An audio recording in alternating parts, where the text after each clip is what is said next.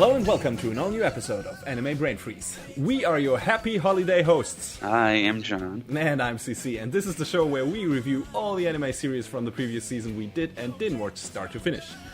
2016 is drawing to a close, and so is the current anime season, which means we have also arrived at our last set of shows from summer season we want to discuss before we take a long break over the holidays.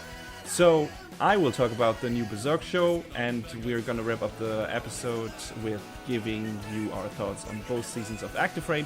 But first, John will bring a bit of sunshine to the table.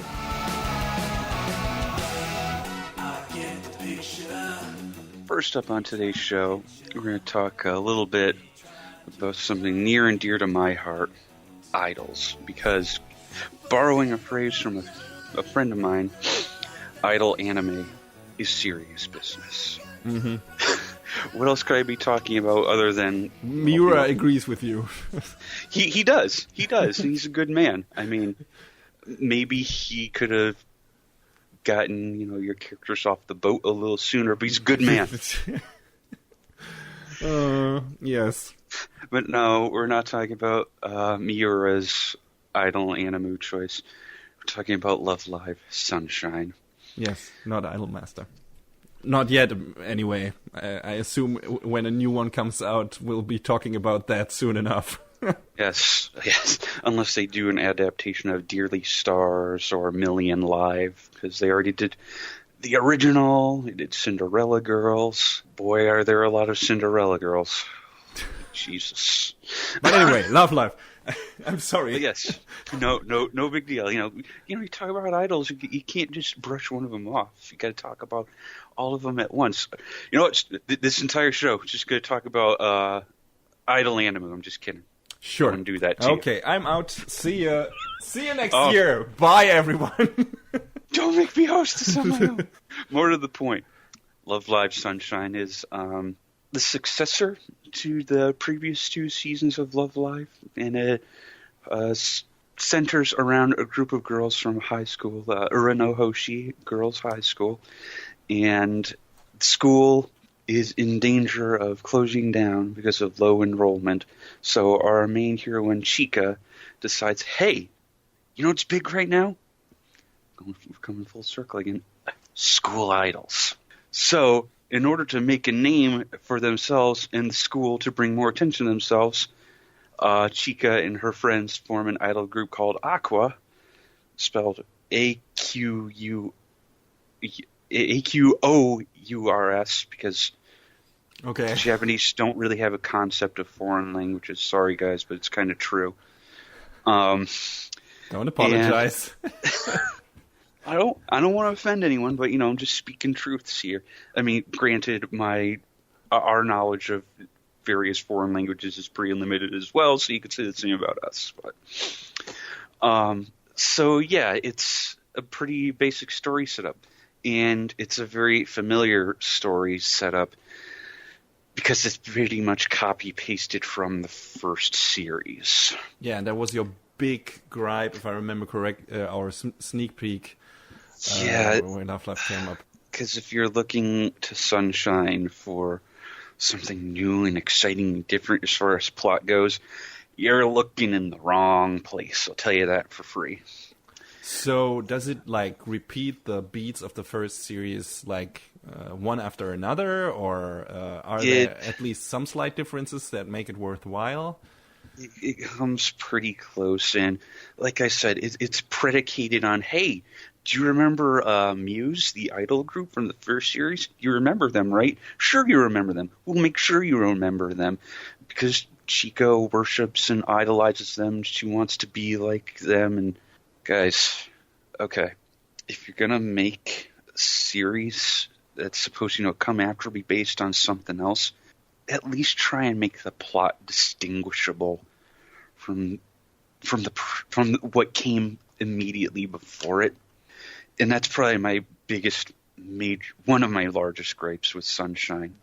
I'll just get my gripes out of the way so I can maybe talk about the things I liked about it. Yeah, that would be nice. Maybe. The other is So since it's an idol anime, there's music and dancing, and pretty standard fare. Kind of like with the previous Love Live, they couldn't decide on the dance routines if they wanted to go hand animated or CG. So it's like a weird hybrid of the two, and it's kind of jank, and it doesn't look great. That's gonna be a running theme in this episode, I think. That's true. I didn't think of that. The parts where it's like the hand drawn dancing scenes and they're posing, and it looks good. It looks great. And then you look at the CG parts, and it's like, you could have just gone full one way or full the other, because this is the studio that does Love Live is Sunrise, and we know they're pretty good at what they do most of the time, anyway. Depends on how much budget they have, and if it's Gundam or that other show, or that runs that other Sunrise show that maybe runs in the same season, and most of the budget goes somewhere else. But they can deliver magic if they so choose to do so. Yeah, I mean, considering the fan base for Love Live and how much everyone loves it, no pun intended, I'm not sure. I sort of feel like they could have done better for the show than they did on that front. But, I mean, there was another idol anime from, it was in the summer season, I think, called Idol Memories, which I got through maybe 2 episodes of because the plot was non-existent. The dance scenes were entirely CG'd and just looked very Uncanny Valley bad.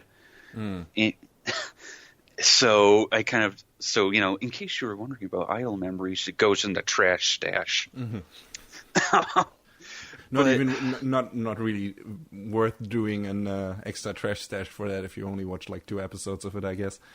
Yeah, pretty much. Did they already do that mixture of hand-drawn and CG in the first Love Live series, or was that just fully hand-drawn? Yeah, they did it there too. Okay, but apparently it looked better there, or... It looked about the same, really. Okay. And that's just a general gripe with the series. I mean, one of the big centerpieces of animation, the intro sequence, they did it there too, and it's like... Because, how can I word this? If you've ever played, let's take Kingdom Hearts as an example, because it's the first game that springs to mind. You have these cutscenes in the game where, the facial animations and everything look really good, and, it matches the words really well and looks great. And then you have other scenes where, they have, I think what a lot of people call pancake face animation. Okay. I've never heard this before. Where it's just like very flat and it's like a texture moving, when the camera is further away and when they don't have to focus on it as much. And there's a little bit of that with, the CG animation in both Love Lives, and it's not great. I mean, especially when it comes to openings, it really depends on how you use that stuff. I mean, like, look at the CG openings for JoJo's, like the first 3 arcs were CG openings, and I'm not a fan of that, but I'm of CG in general in anime. But I think those openings were great. Yeah, because they made the characters look expressive and emotive, and it made you. It got you excited and hyped up because you're like, yes, this is, how the characters look. This is, their demeanors. Also, exciting camera work and nice effect work in there, and very colorful definitely. And stuff like that. So yeah, you can do some nice things with CG, which I will also elaborate on later. But it all depends on how you handle it. And in most anime, it feels like they just, I don't know if they think it looks better. It's not necessarily cheaper. We've talked about that in the past. CG is mainly used to cut costs is a myth. That is definitely not always the case. Sometimes it's even more expensive. But I think a lot of the people using it sometimes legitimately think that it looks better. While I'm not so sure about that, man. yeah, exactly, and I don't agree with it at least. So and I don't know what it was in that case here, like in this case. I mean, maybe it's an easier alternative, just insofar that it is a dance routine and it makes it easier to like mocap and choreograph. I don't know. Yeah, maybe. I guess, especially if they don't want to reuse it. I guess if they just want to, if they want to use the same model but uses it for different routines every time, then it's maybe cheaper or more cost effective, maybe. But we need a better insight into the production to be a better judge of that. But apparently, again, it didn't work out that well in this case. So, yeah, I mean, if you're looking for an idol anime with actual hand-drawn, well-animated like dance routines, it's the Idol Master. It's definitely because A1 and Trigger and like the billions of other studios that poured their hearts into the series made them look great. Okay. But if I'm not mistaken, the first season of Love Live was a big success, right? Yes, definitely. It continues to be a success, even though all the original voice actresses have stepped down from the roles because they want to do other things with their lives, and I don't blame them. But you said like it's kind of a direct sequel to the first series in the way that it's set in the same world, and the characters in Sunshine create their band because they're such big fans of the band from the first season.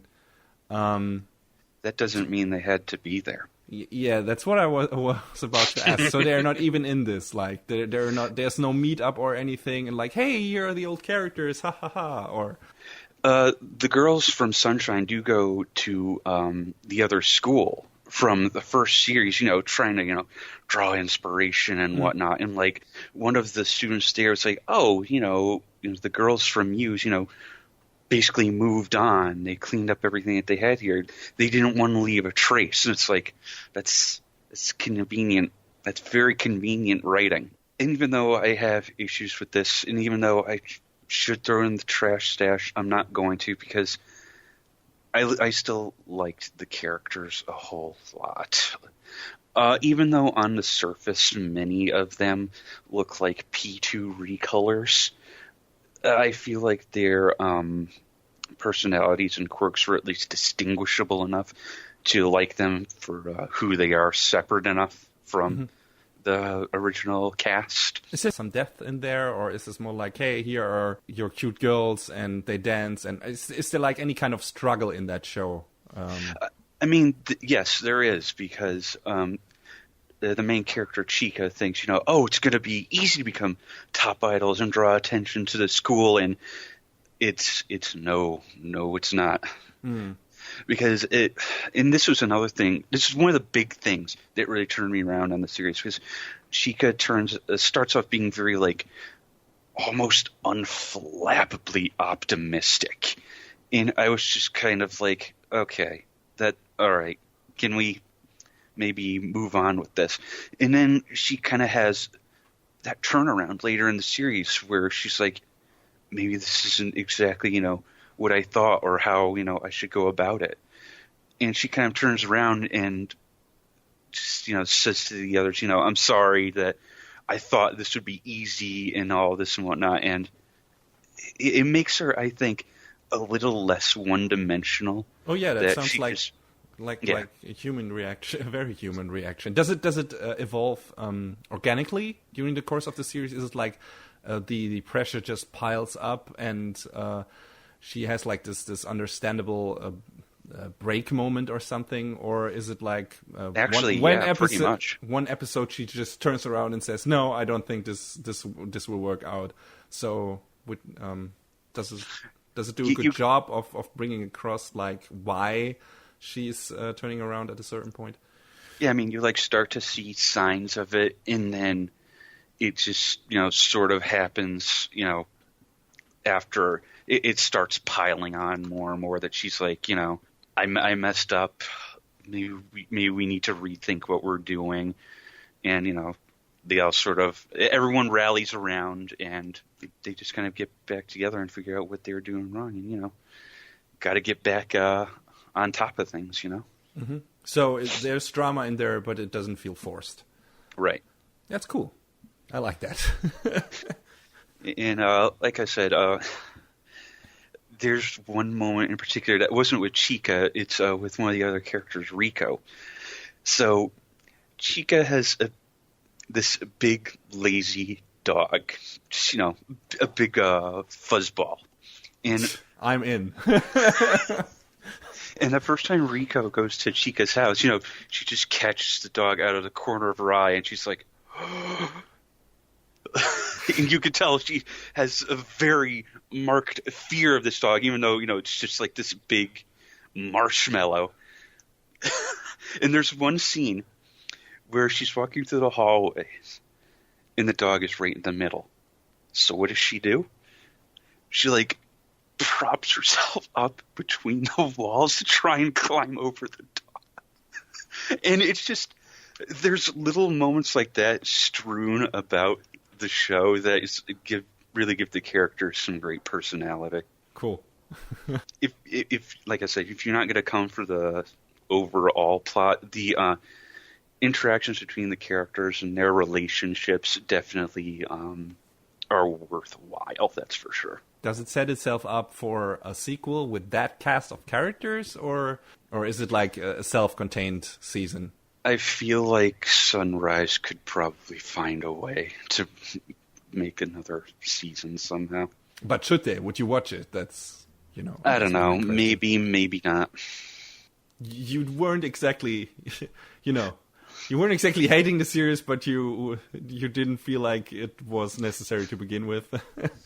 Yeah, I just kind of felt like, hey, I'll check it out because it's more Love Live. I like to Love Live. That was pretty much my attitude going into it because, like I said, it was sort of do we need more? Just, another bowl of decent comfort food. Pretty much. All right. So, show was directed by Kazuo Sakai. He's done some other things in there for Sunrise. Like, he did some work on Gundam Age, for better or for worse. I know that's a very hot and cold Gundam series for a lot of people. Me included. Yeah. Still better than G-Reco. What isn't? Did some work on Gundam Build Fighters, so that's very close to my heart again. Did some work on Psychopaths, actually. So Sakai has been around the block, as it were. And since, it is an idol anime, music is very important. A lot of the music was written by Tatsuya Kato, who's done music for Buddy Complex, Prisma Ilia, Horizon in the Middle of Nowhere. Just it's done a lot of big name stuff that's pretty much worth watching, I'd say. Mm-hmm. The cast, they were great. I believe most of them are new or newish to this series. There's some side characters that are bigger names, like if you recognize names like Kana Sumi or Kana Ito. But yeah, the cast did deliver on great performances all around. So if one wanted to watch the best idol anime out there, what season of what series would you personally, as an idol anime fan, recommend? Just as a final thought here. You're going to make you go back to the Idol Master with that one. Even though this is supposed to be talk about Love Live. Yeah, but still, But again, the problem with there's nothing inherently wrong with the first. First off, let me be clear and say not Xenoglossia, not that one, because that was Sunrise trying to take it and turn it into a weird mecha anime, and it didn't work out in the least. Okay. I'm talking about the one that was done like I said earlier, A1 and Trigger. The problem with that show is it's kind of a series that's by fans for fans. So while it is great and has amazing production values, You kind of have to have at least a working knowledge going into it. From the games, or? At least of who the characters are. Oh, okay. So you at least have to read up on that or something, I guess. Yeah. Okay. So higher barrier of entry. So is it easier? I mean, it's slightly higher, not super high. If you don't want to read up on it, maybe start with the first season of Love Life instead, or would that be? Yeah. Okay. Because that's just, it is what it is. There's no pre-existing material before that. I think my max involvement in idol anime will be Macross Delta. Yeah. That was a good one. So there you go. It was. So, I mean, if you're a Love Live diehard, I mean, I'm probably not going to be able to stop you from watching it, and there's no reason to stop you from watching it, because, again, it is, as Cece just said, a comfort food anime. But if you're not already in there, you just probably watch the original shows if you're really actually interested in it, and kind of pass on this. Again, I don't feel like it's trash dash worthy. It kind of sits on the rim of the trash can, and it's kind of ready to fall off and onto the floor, as it were.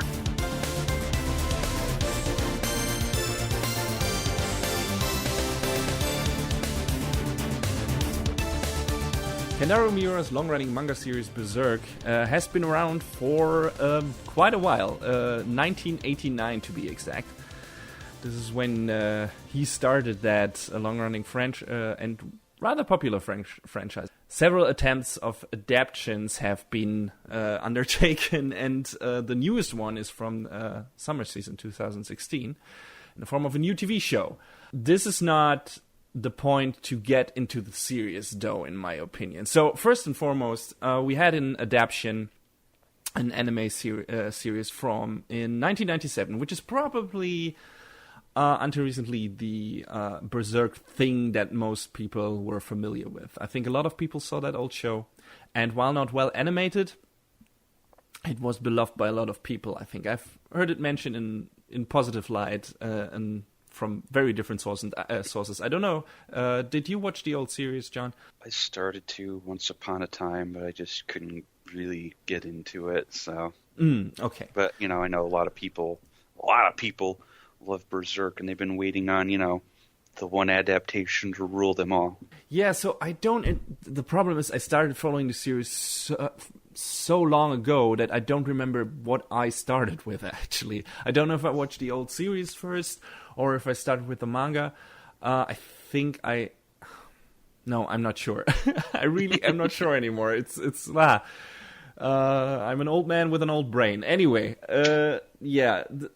So, like I said, old series not very well animated, but it's still, I don't know, good performances, and the story is adapted rather well. So it's not the worst thing to enter, but. How the story of Berserk works. First of all, it's set like in this fictional country of Midland, which is kind of inspired by medieval Europe. You got knights and like big wars fought between knights and mercenary groups and different countries. It's a bit like Game of Thrones, to choose a very current comparison. Just, with even more fantasy elements, especially the further series progresses. And the main character, Guts, is a young boy who grows up on the fields of war and battle, and he swings a sword that, even in his younger years, is already ridiculously big. Although it gets even crazier later on. He gets like this giant chunk of metal, basically like this log of metal that in new series sounds like every time it hits an enemy, it sounds like they got hit with a boat anchor or something. God damn. Yeah, it's fun. I think it's called the Dragon Slayer, at least this new one. Anyway, so his fighting prowess and attitude get the attention of Griffith, the charismatic leader of the on the rise mercenary group Band of the Hawk.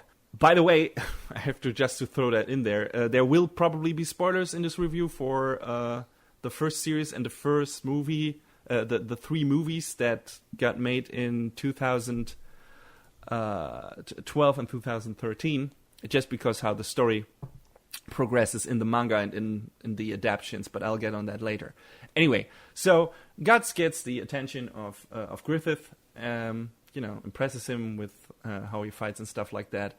But since Guts has like this pretty asshole-ish attitude and doesn't really want to deal with people, Griffith has to actually beat him in a one-on-one fight to make him join his band of the Hawk. But yeah, he does that because Griffith is a formidable fighter as well, and also a cunning tactician and everything. And yeah, once Guts joins his group, they eventually become good friends. And pretty much one of the most powerful and feared forces on the battlefield. Get the attention of a lot of powerful people for good and worse. But yeah. Griffith is incredibly ambitious, and when Guts decides that he doesn't want to be part of that ambition anymore and leaves the band of the Hawk for good, Griffith is driven over the edge and makes some bad decisions that get most of his men killed, him imprisoned, tortured, and his body and spirit turned into a broken mess. And after the remainder of the band of the Hawk, the people who didn't get killed, led by Guts and Griffith's second in command, Casca, and they break out their leader. They escape like in this really nice choreographed giant escape on horseback and with a carriage and everything. And sadly, their escape culminates in Griffith betraying every one of his former friends by sacrificing them.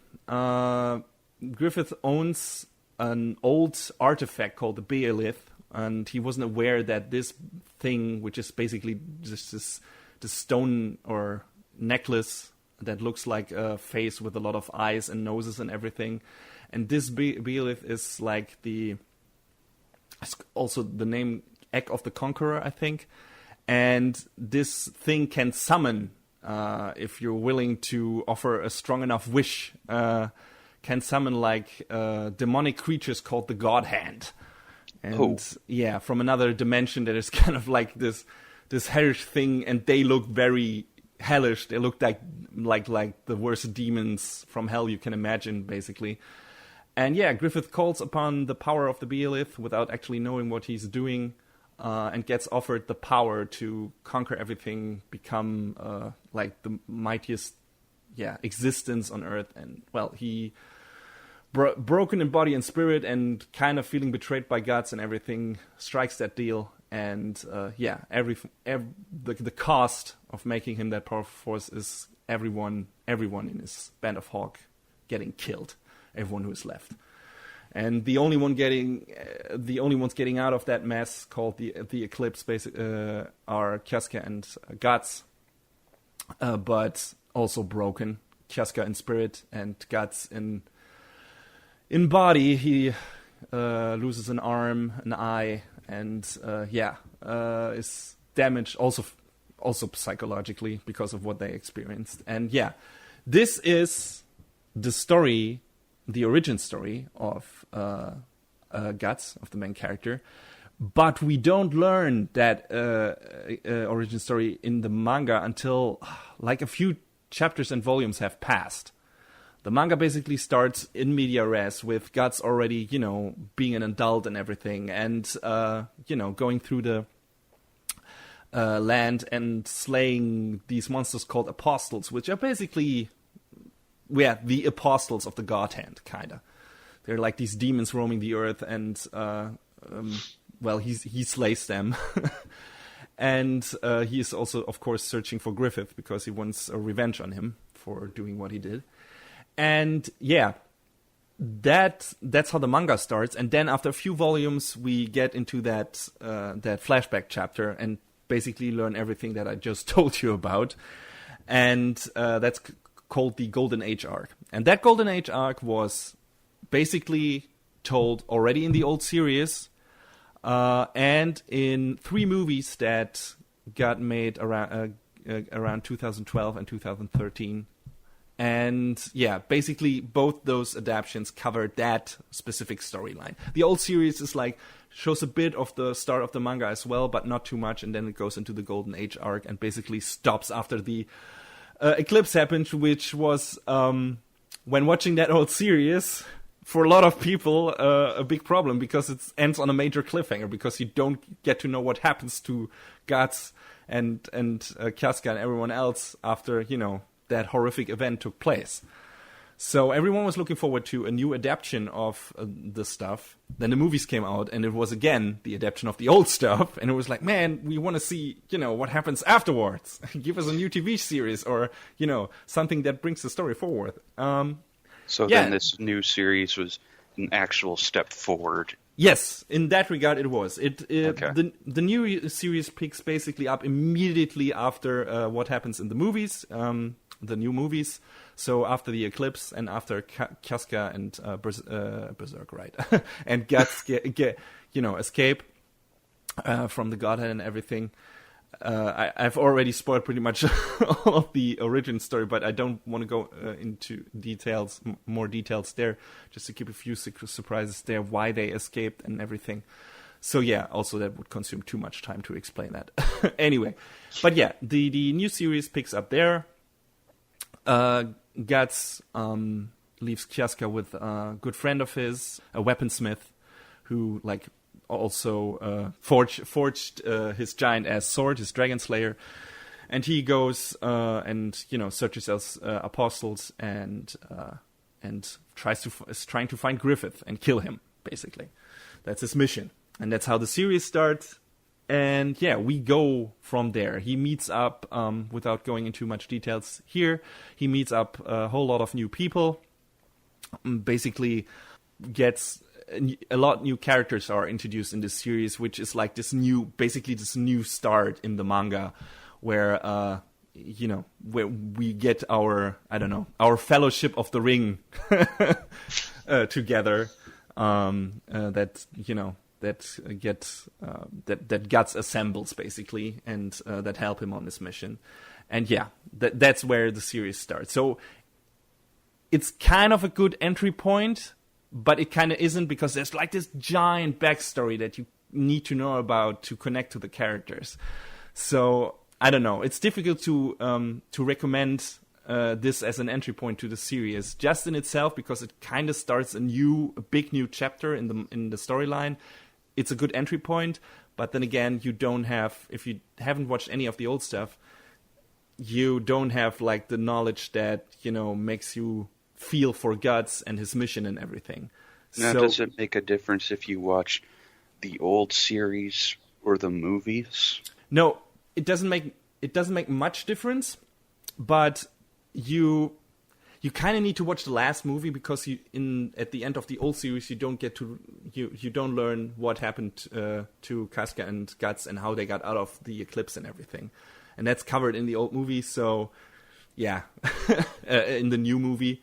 So if you want a direct connection to the new series, you kind of need to at least watch like the last 10 minutes of the third movie. But aside from that, yeah, it doesn't really matter what series you watch. If you watch the old series or the movies, I would say the movies are a bit more condensed, but they look better, at least in certain parts. Are a bit more well animated than the old series. But then again, you have the same problem with the movies that you have with this new series, and that is that there's a lot of CG in those movies. And even more CG in this new series. And if you're not a fan of that, maybe go with the old series before you dive into this. And yeah, I want to talk about the CG, because that is like a big bummer for me, of course. It's my biggest gripe with this new adaptation. While in the movies, it already didn't look good. It looked cheap and choppy. It's a typical cheap, choppy anime CG with the stiff character models and everything. It looks so much worse in the series because it operates not on a movie budget but on a TV budget. And while in the movies it was like mainly the foot soldiers and and everything that looked bad, like your typical goons who operate on a really low frame rate and everything, and the main characters were okay. This series in general looks like ass, in my opinion. Like total ass. It looks horrible.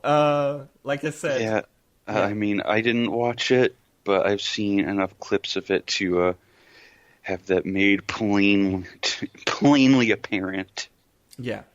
So yeah, like I said, stiff character movement, low frame count. The characters look lifeless most of the time and move around very awkwardly and clumsily, especially when there's no action on screen. Like when you have these scenes where the characters just talk and you, I don't know, to make them more, to empathize more with them, you would need like some small facial gestures and everything that makes the characters more relatable and makes them more human and everything. And you don't really get that with the CG, and if they try it, it doesn't really work. Some of the close-ups and important character moments are animated traditionally, or hand-drawn, but they are very sparse and make the shitty lifeless CG stand out even more. Like, it's only like 5% of the show. I think they're gonna redraw some of the scenes for the Blu-rays. I've seen some screenshots where some of the things that were CG before are now hand-drawn, but I don't think that doesn't erase the general problem with the show. For that, they would have to completely reanimate it, make it completely hand-drawn. No CG anymore in there. But this, every time they switch to like a scene where you have a hand-drawn character model, it's like, oh my god, this looks so much better. Even if it's done by Leiden Films, but still, it looks so much better than the CG stuff. And it's jarring. And then they go back to the CG stuff, and you're like, oh my god, no. Oh, Jesus Christ, why do these characters move so stiffly? It's horrible. And there have been a lot of GIFs coming out of this series that make this so apparent. And yeah, it's a bummer. Yeah, just in terms of basic presentation, that show looks like ass. Looks really shitty, in my opinion. The only upside to this choice of presentation is the animation freedom when it comes to wild and imaginative camera movements. And Berserk actually managed to shine in that regard, at least sometimes. The camera is pretty much always moving during battle scenes, which, despite the shitty animation, can make the fights look very dynamic and engaging. Sometimes Shin Itagaki, the director, he worked on stuff like Bento, Black Cat, and TQ. He goes a bit overboard. Like, there's like so much camera movements. Like, please concentrate on one fucking character. Don't stop moving the camera around. So it gets a bit ridiculous sometimes, but that doesn't happen too often. Most of the time, the wild camera does a really good job to compensate for the stiff CG in the battle scenes. You can't use that crazy camera in standard conversations and everything, because that would be dumb. And then the flaws of the use of that kind of CG really, are really apparent. But like I said, in the battle scenes, the camera movement compensates for a lot. For example, there's this great shot of God swinging his sword through like a bulk of enemies. And what they do is they put the camera on the tip of his sword and then make it circle around while he circles his sword around. And it's like this really, really engaging and energetic, well-shot scene. And like, yeah, this is how you use the fucking CG. This is cool stuff. This is good-looking stuff. This is really... You don't see stuff like that with traditional hand-drawn animation, because it would probably be too costly and too hard to animate and stuff like that. So, yeah, do more of that. That's cool stuff. I want to see that. And that sounds really neat. Yeah, that was a great scene. It was also framed very well. The music was on point. It was a great character moment, because it's like this moment where Guts comes out of nowhere and is like saving some of his friends and stuff like that. And it's like this really cool entry moment, dynamic entry, to quote Naruto for some reason. But yeah, it's that's good stuff, and that stuff happens more often in the series than I expected. And I was like, yeah, good. More of that, please. And if they just would refrain from, cutting the frames from this CG, because they think it doesn't mix well with the, hand-drawn backgrounds and everything, just don't do it. It looks shit either way, but if the frames are not, if it's not a low frame count, the frames are not cut, at least the CG itself doesn't look as shit. So yeah, I understand why they're doing what they're doing in terms of, using lower frame CG so that it matches up with the hand-drawn animation scenes, but still, it makes the CG look so much worse. And it's not worth it. So, yeah, that's my 2 cents on CG again. But like I said, there's some good stuff in that series, and the camera movement is one of them. For that, maybe it's worth checking out. I was not a fan of the music by Shiro Sakisu. It sometimes doesn't match what's going on in the scene. It's just, loud. I don't mind that in general. Like, sure, give me some loud metal. I love that stuff, but it has to match the scene. And sometimes just feels now action scene, incredibly loud music starts blaring without any context, and without matching what exactly is happening on screen. It felt a bit too much. I don't know if there's actually much more to say about this show or this first season. It's still Berserk. The characters are all great and pretty unique and are worth checking out. And the story is interesting and well told. Like I said, it starts out basically at the end of the first 3 movies, but we get like this. The first episode is basically the start of the manga. Then it skips, like, for some reason, 3 volumes worth of story that is not the Golden Age arc. Then it skips the Golden Age arc, and then it continues on. So I don't know why they decided to skip over those other 3 volumes, if they wanted to get to some of the more important stuff. I found that to be kind of sad, because there was some neat character building moments between Guts and the fairy Puck, the fairy boy Puck, that they become friends in the first chapter of the manga, or acquaintances. Guts helps Puck out in a difficult situation, and Puck decides to stick around. And because Guts has this uplifting personality around him all the time, he warms up a bit, finds a bit more back to his former self and stuff like that. And that happens in those volumes they skipped. So it's kind of we're missing some important character building here. So I don't know why they did that. I wish they wouldn't have done that. But apparently they felt like they needed to do that for the sake of pacing. That is my guess. Anyway. And yeah, aside from that, it follows the manga pretty faithfully from a certain point on.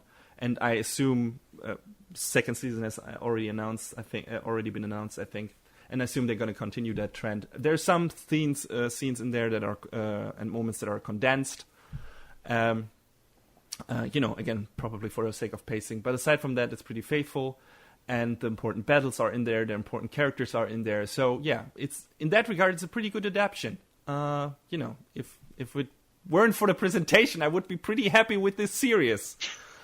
But alas, it's what we got. And,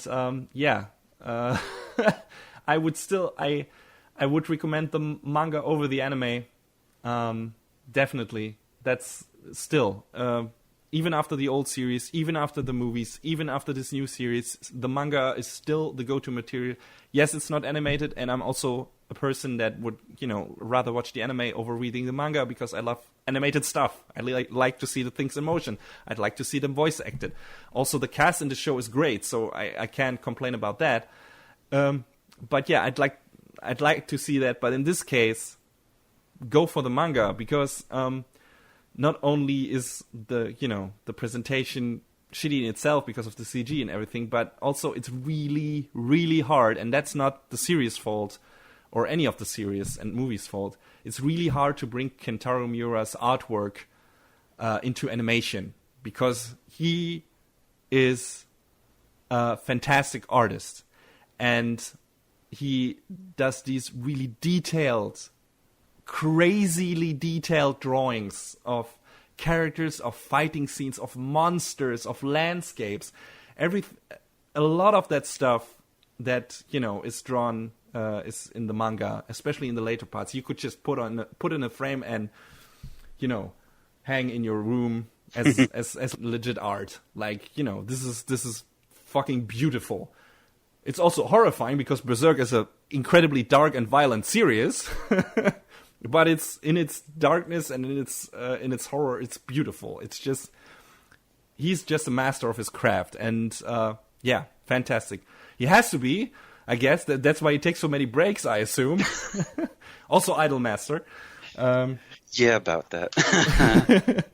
But yeah, I mean, I'm not half the fan you are, but I have seen some of Miura's art, and it's incredible how detailed it is. It's striking, right? I mean, yeah. And it's especially great if you start at the beginning of the series where, you know, some of the faces still look a bit, I don't know, simple or weird, and some of the action scenes, the movement of the arms and the legs, and some of the stuff looks still a bit clumsy or stuff like that. And then you maybe go to the last manga he published, and you're like, holy fucking shit. Just seeing that evolution, yeah. Yeah, it's a painting. Yeah, exactly. He's an artist that has evolved in terms of his craft, like to an incredible level. It's fantastic to just. It's just, even if, you know, for the last few chapters or volumes there hasn't been happening too much story wise, it's still great to read those books because there's so much stuff to look at.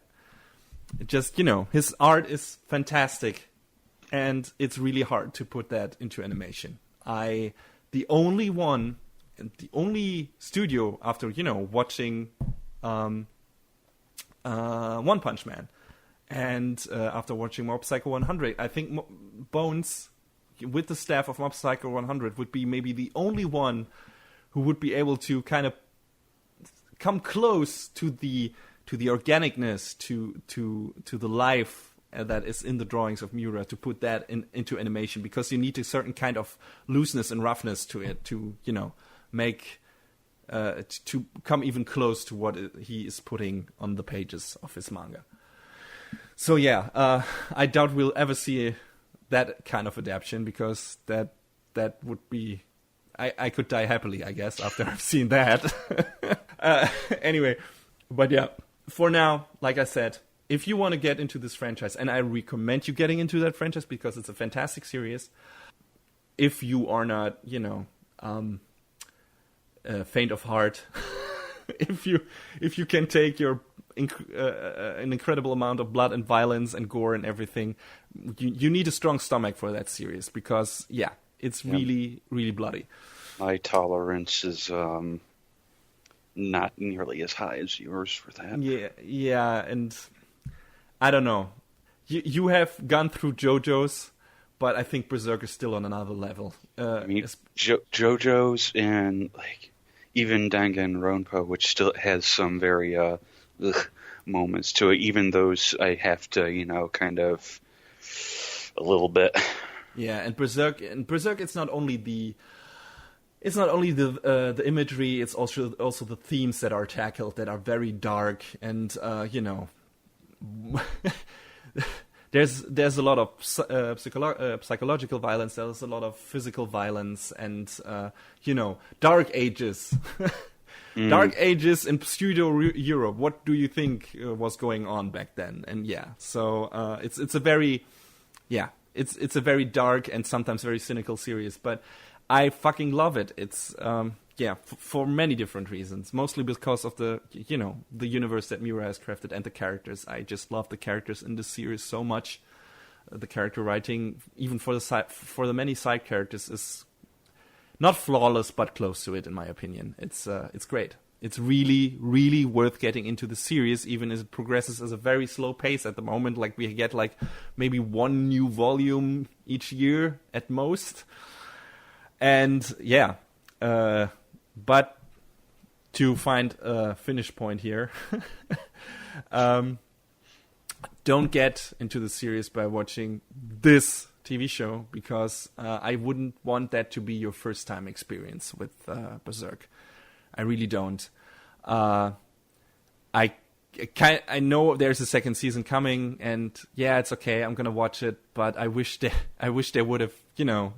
And I don't think the first season was very successful, so I wish they would have just, you know, cut all ties, started over, and maybe not with the Golden Age arc again, but started from the beginning of the manga with a new team, favorably a really good studio like Madhouse or Bones with a good budget. I know that's delusional on my account, but I can't see at the moment this series getting so good that I'm content with it, especially not with this kind of choice when it comes to presentation. Mm-hmm. It's a downer, but that's the way it is. And I am sorry that I have to close this review on this negative note, but that's how it is. It's in itself, it's a pretty good adaptation, story-wise, character-wise. It's all fine. It's all close to the source material. But the presentation is like this huge glaring downside that cannot be ignored. And I'm really sad that that's the Berserk thing we got after all this time. Looking forward to, new material getting adapted. But that's how it is.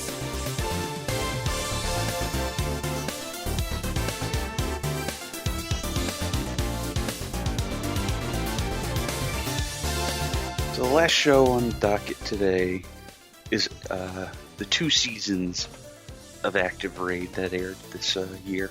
Yeah, and that show has eluded me for quite a while. I only recently got around to finishing up, I think I watched the first 3 or 4 episodes, and then took a giant break, and now I just today finished the final episode of season 2 and could put my thoughts down on it. But yeah, Active Raid is set in not so distant future Japan, Tokyo to be exact, I think. Yeah. And it covers the adventure of the special action unit. Wait, what was it called? Unit 8. Yeah, it was called Active, and there was a big long acronym for it. Yeah. So it's like this special police force or special subsection of the police called Unit 8, at least in the unit that we are observing in this particular story. And they cover these crimes that the normal police can't handle, and that mostly includes crimes that are committed by people who are equipped with a new form of full body suit called Willwear. It's basically a mecha suit that gives people special powers. I think it's in the context of the universe, it's mostly used for construction work or something like that. Yeah, I mean, there's dangerous jobs. There's different types of Willwear, and I mean, I'd say rather than mechs, they're more like powered armor sort of dealings. Stuff like Bubblegum Crisis. Don't know what they call the suit there.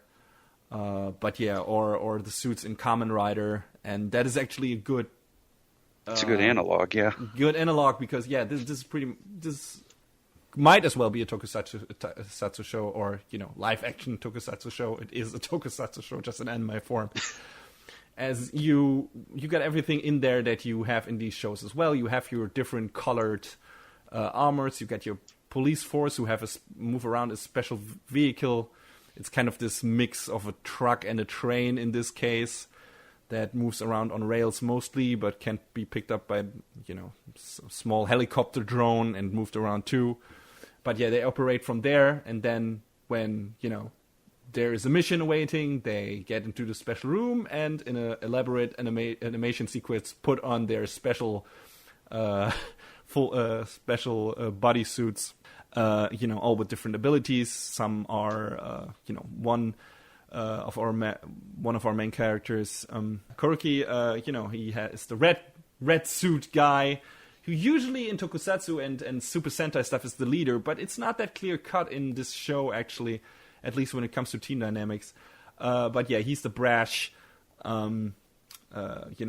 fist fighter guy, and that's the strength of his suit. Can also fly, or at least glide. And you got the blue suit from the other character, one of the other main characters who is called Senna. And it's like this blue suit, and he's like a sniper specialist and stuff like that. And you got many different suits with many different capabilities, and to match the specific characters. Senna and Kuroki very much play off of one another because Senna is very tactical. And he's like, "Oh, we have to play in this site," and Kuroki's like, "I just want to get out there and punch something. Yeah, just let me do it."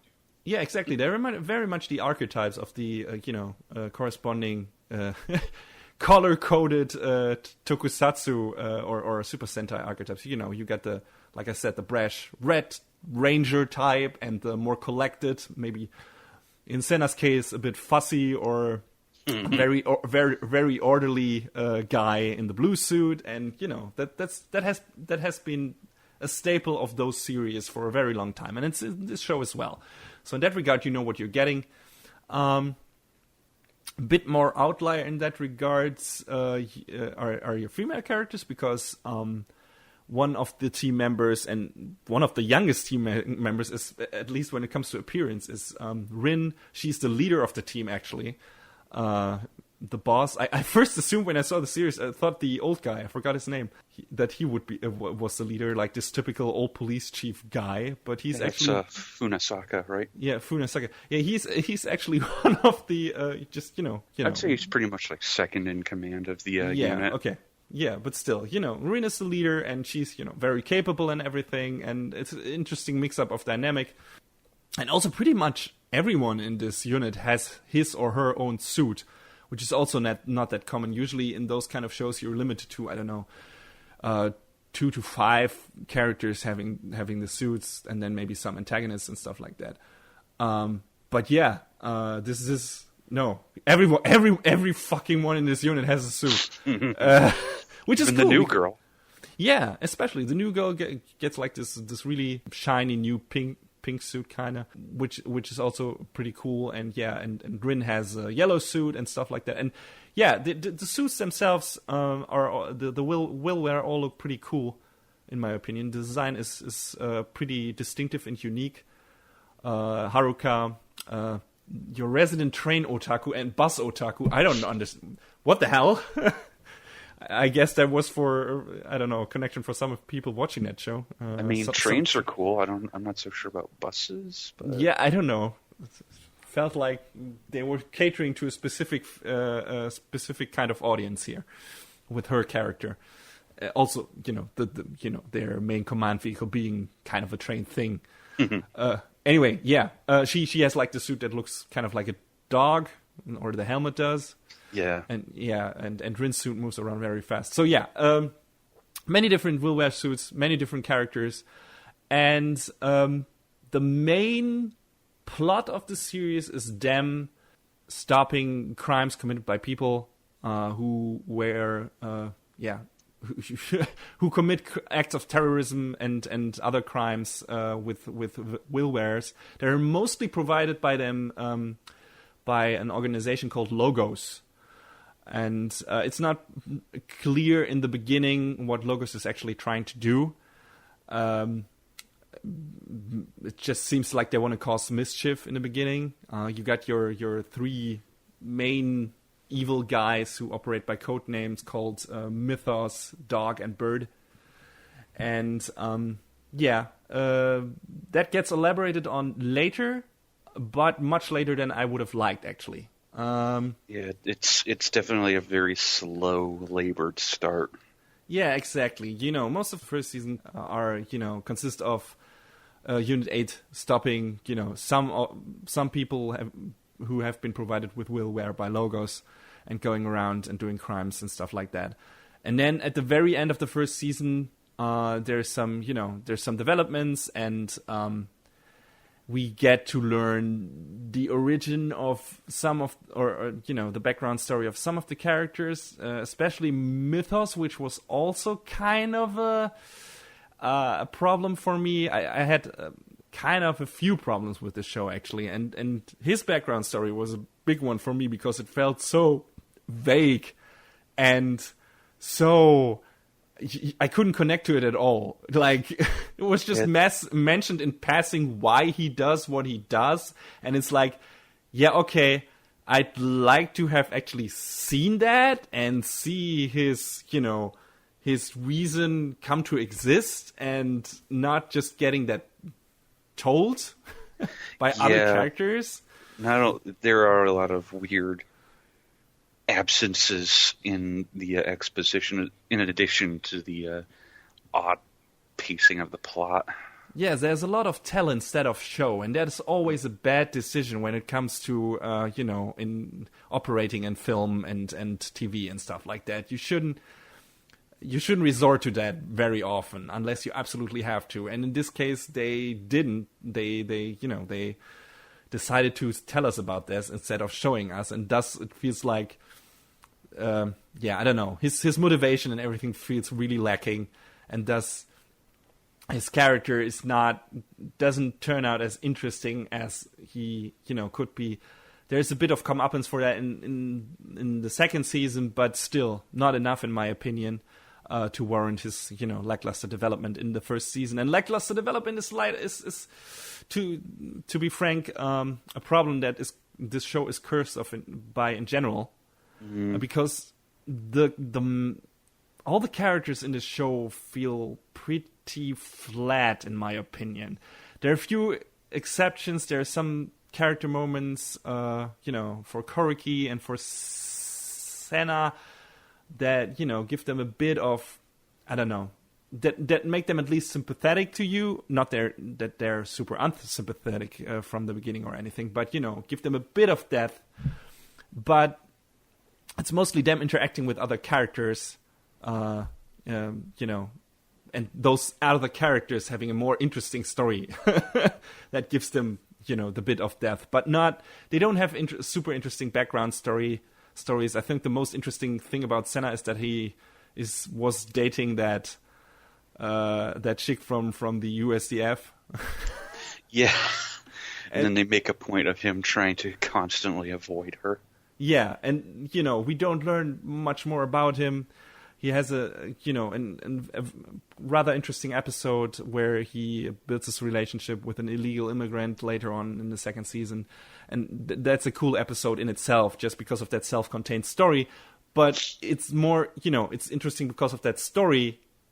And he's an interesting character in that particular story, but not because of his background or anything, or his motivation or his writing or stuff like that. It's just the story in itself is pretty decent.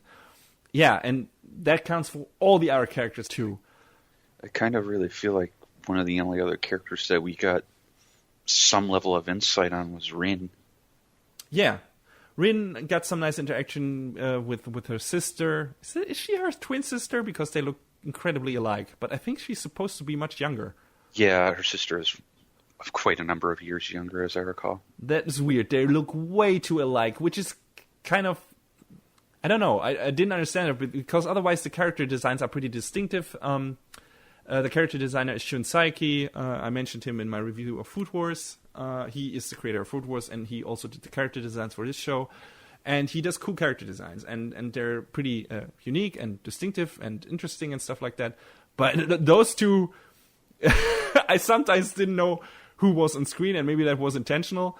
But holy shit.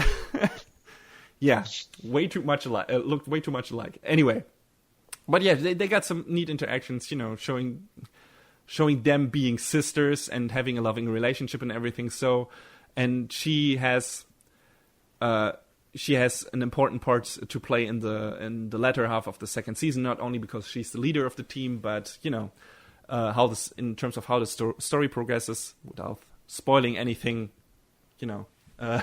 because actually, as slow as the story moves, the last few episodes of the second season are pretty interesting. The plot actually starts to go somewhere, and that's the wrap up was okay in my opinion. It wasn't anything super special, but they actually managed to tie up or to bring the different story threads that they set up together in a rather satisfying ending, in my opinion.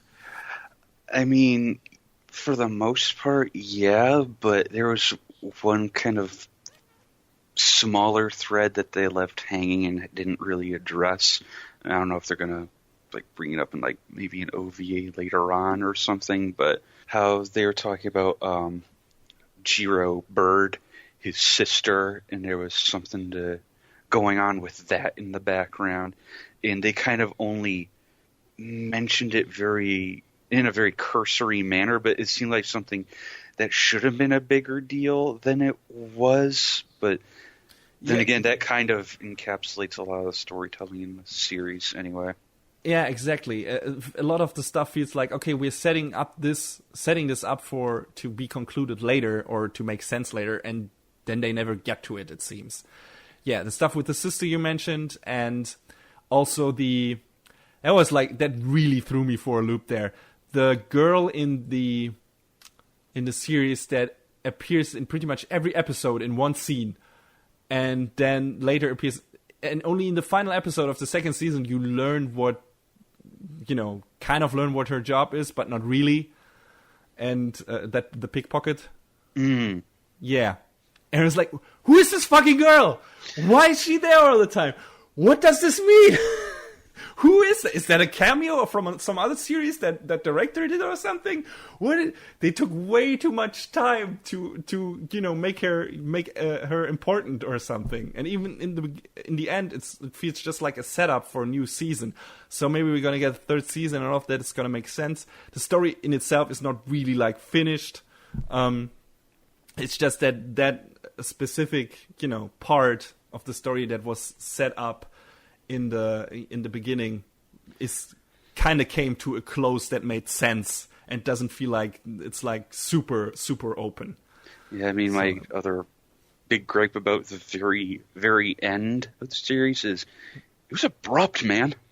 Yeah, it felt pretty abrupt. I mean, like you get a literal congratulations hard cut to credits. Wait, what? Hold on, what? Yeah, it definitely feels like there will be a new season coming, and maybe there has already been one announced, and we're just not aware of it. But I hadn't heard anything, but I guess it's possible.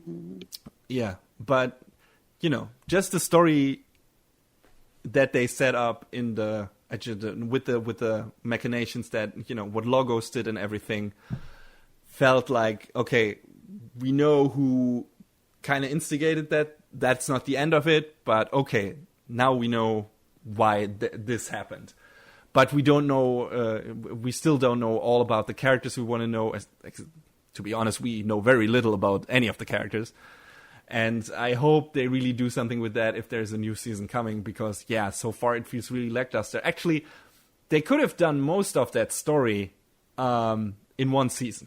This didn't need to have 2 seasons. Yeah. With the story they told, this definitely didn't need to have 2 seasons. A lot of the story of the episodes in this are pure filler. They at least feel like it. I like some of the filler or semi-filler. I think the best 2 episodes in the series are in the first season. The one with the Haruka episode with the guy who wants to save his daughter. Right. There was a strong episode, and the weirdly enough, the episode with the giant robots was also pretty strong. Was emotional and was just nice. That was a nice episode. Yeah, that one that had some great moments.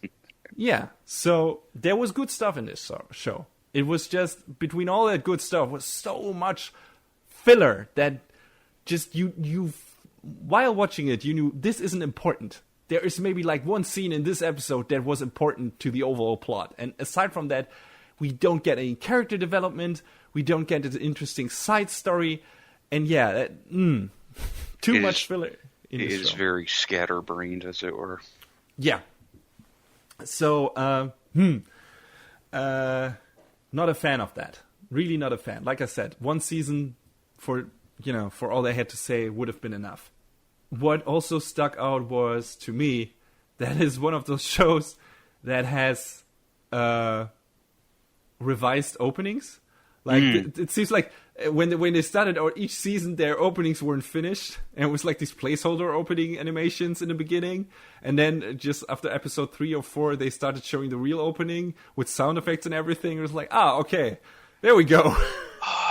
I just want to throw out on the table that is one of my least favorite things about anime openings, when they have to feel the need to layer sound effects onto it. Don't do that. Don't ever do that. It takes away from the visual. It takes away from the song. It's not good, man. Okay. It doesn't bother me that much if they don't do that all the time. I don't remember if they did here. But still, the anime, there was, after the 3rd or 4th episode of each season, we finally got an opening that had actual animation in it. I think before that it was mostly just still frames. And just, and scenes, and in case of season 2, it was just scenes from season 1 with a filter over it. So, I don't know. There were some other shows this year that kind of did that at first, but then, got their act together at least. So, I mean, what I'm a really big fan of with intros is that as the series goes on, you get subtle changes made to it to reflect what's happening in the show. That's cool, and I really dig that. They also did that too. In the openings. Yeah, there's like a little bit, not as much as some other shows. Though. No, there's some in the first season.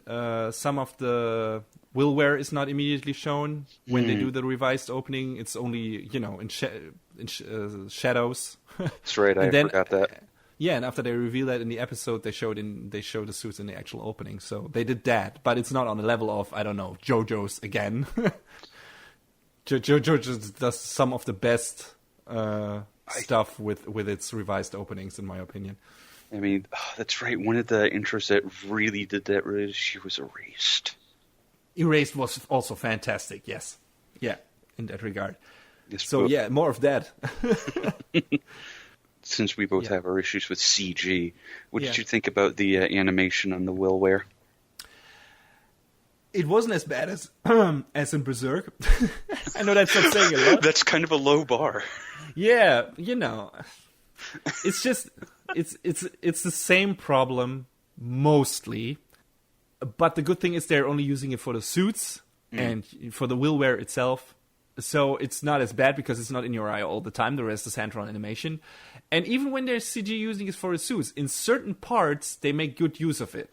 The camera movement is not as creative and imaginative as it is in Berserk, which was the only real good part of the presentation in that series. But there are some standout fight scenes here and there that, make it look really dynamic in conjunction with the use of the CG on the suits. The final battle in the second season comes to mind. That looked fantastic. That looked really good. That reminded me of Majestic Prince, which I still consider one of the best shows in that regard. Like making the best use of TV anime CG when it comes to fight scenes. Like the fights in Majestic Prince, at least the important ones look fucking fantastic. And the final fight in Season 1 and Season 2 of Active Raid also look really good. But aside from that, it's the same problem, same choppy animation for the suits most of the time. And also the fight scenes are really short in the series. There's not that much happening. Aside from those 2 scenes I mentioned at the end of both seasons, not impressive fights. But it's not the worst CG I've seen in an anime. And like I said, since it's only the suits, it's manageable. What did you think about it? I mean, I have a lot of the same thoughts because they didn't try to do, like I said back, talking about Love Light Sunshine, they didn't try to mix it together because I just think that's really jarring when that happens. But yeah, I mean, the designs of the suits, I felt like, were all really unique and cool. They each had their own touches to them so that you could at least tell them apart and not, oh, this is red guy. Oh, this is blue guy. They had their own little small design touches to set them apart from one another. And yeah, I mean, like you said, the fight scenes, even though they were brief and sparse, were handled really well. So I don't have any major complaints on it. While we were on that, what was your favorite willware in the series, design-wise? Man, I'm not sure. Well, what was yours? Since you obviously have an answer prepared. I don't in this case because I just came up with this on the fly, but I can tell you because that just there were 2 that stuck out to me. I guess I really liked Senna's suit because just the giant green glowing orb and the blue glowing visor were just striking to me, and made it look like this. Like he also wore a kilt or something, and I don't know. I thought that the design for that suit was kind of unique and was interesting, made him look very knightish. And I also liked the Mythos suit. I think Mythos suit looked really cool, and that it could turn into a fucking motorcycle was also awesome. Oh yeah. So yeah, I like those two suits. I think were my favorites. Pretty unique, pretty interesting, and design-wise, cool stuff. Yeah. You can't decide, right? It's tough because they are all really cool. Like I said, I do like Senna's because it was neat. Like for all the reasons you said, I kind of like Hunasaka's just because he got to have like the big heavy one. Yeah, with the shield and everything. Yeah, that's cool too. The head of his suit is a bit weird. I guess that's what I didn't like about it too much. But aside from that, it was a cool will wear too. Yes. Yeah, just because got to have probably the most different design out of all of them, and because because of the way it was engineered, got to use it to run interference more than the others. They're all cool in their own different ways. It's like the classic schoolyard argument of that one's cool. No, that one's cool because you like it. I want that one, sort of thing. Yeah, I wouldn't mind to to buy figures of some of those, but I don't know if they're actually available. So, yeah, but cool designs definitely. One of the standouts from the show. So, yeah. I don't know what else there is to say about the show. It's okay. It's nothing special. There's some neat parts about it. Like I said, there's some few episodes that are okay and have some interesting stories to tell.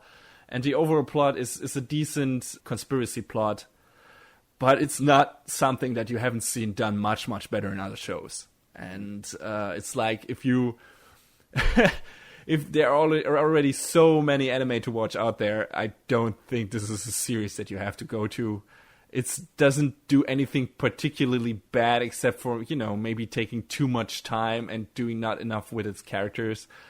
But it's not offensive or anything, but it's also not doing anything super well so that I would say you have to watch the series to see that. I mean, like I said, the final battle is cool and everything, but it's also very short and yeah, some parts in the show feel rushed while other parts feel incredibly slow and it's kind of uneven.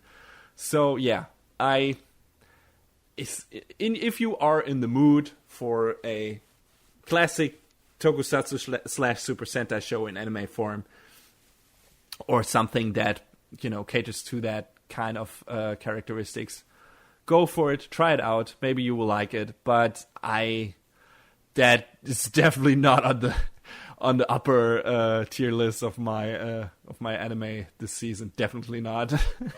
Yeah. I didn't hate it, but I also didn't love it. So yeah, I mean, you're right. It's inoffensive, but it's not really wholly worth notice, which is unfortunate because it seemed like the sort of thing that could be fun, but then when like you said, you realize that hey, you could literally cut this in half.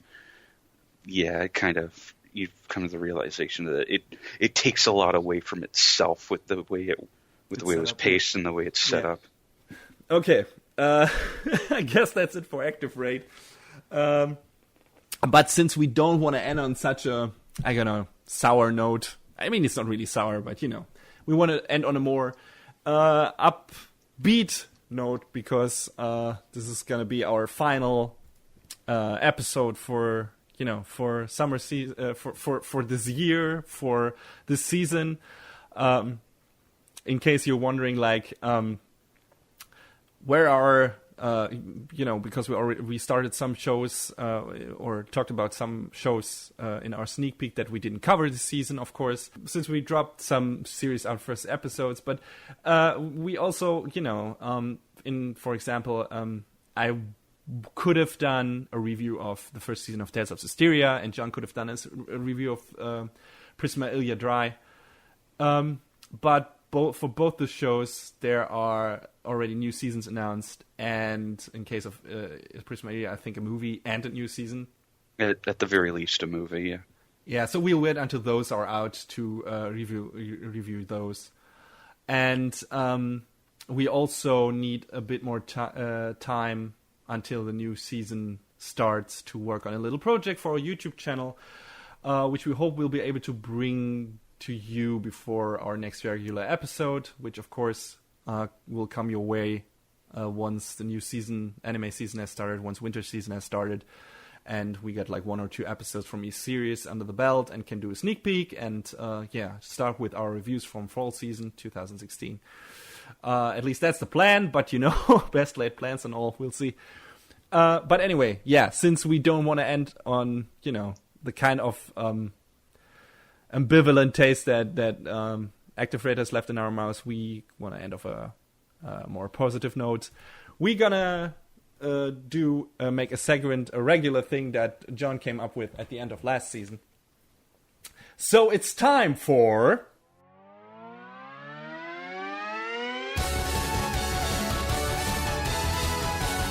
Best of the Season.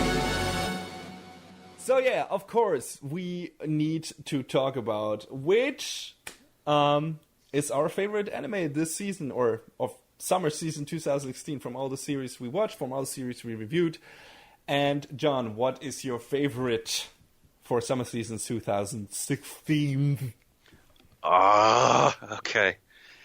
You have to make the decision now. This is tough. This is tough because for Jim it's harder for me than for me. There were 2 really standout shows for me. And one of them is a pair of shows, which I'm sure that gives the clue away already. But I think in terms of animation quality and just overall enjoyment, I'm gonna have to pick Mob Psycho 100. I think I'm sorry, Danganronpa. I love you to death. You had a great story that tied everything together, but Mob Psycho it was something special because I wasn't expecting a whole lot out of it, even knowing its pedigree and who it was written by and who animated it. But then once we got in there and saw all of that amazing animation and great just writing and character work, it's number 1 in summer for me. Yeah, and I don't have any of John's problems whatsoever. Mob Psycho 100 was the clear winner for me from the very beginning. No struggle, confirmed. Anyway, I totally agree with you. Mob Psycho 100, stellar animation. It's funny. It has great characters. Of course, the standout guy, Reagan, who has become a meme in itself since then. It's got lots of potential for future seasons and future story developments to go in very interesting ways. Both visually and in terms of story.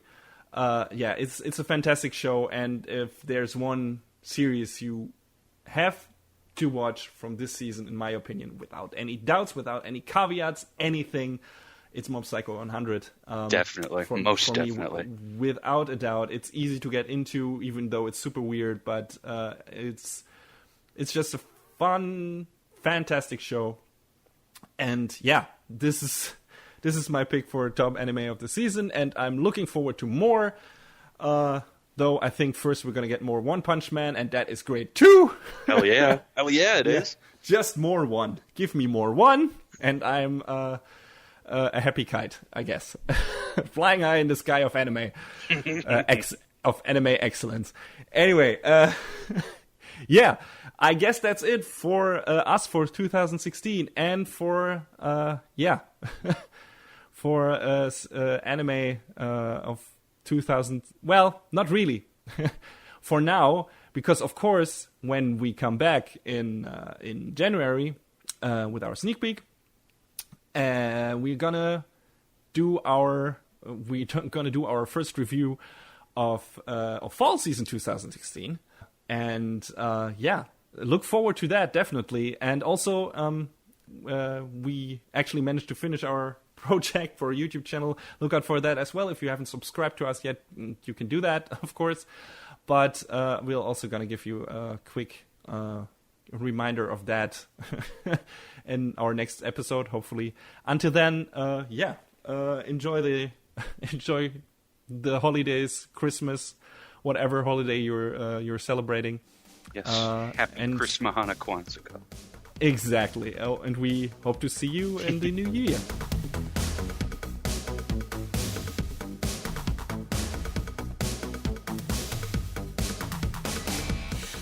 that is a wrap on the 21st episode of Anime Brain Freeze. All the music in our show is from the Double Dragon Neon soundtrack by the amazing Jake Kaufman. Please go to vrt.bandcamp.com and check out his awesome work. You can find us on YouTube, Facebook, Twitter, iTunes, Stitcher, SoundCloud, and animebrainfreeze.com. Leave us comments and questions any way you like, or send us an email to animebrainfreeze@gmail.com. Thanks for tuning in. We hope you had a good time, and please join us again on our next show. Macht's gut und frohe Festtage. See you guys next year, and if you are indeed listening to this on the 18th, don't forget to say happy birthday to Cece here. Aww, thank you. Take care, everybody. Bye, everyone.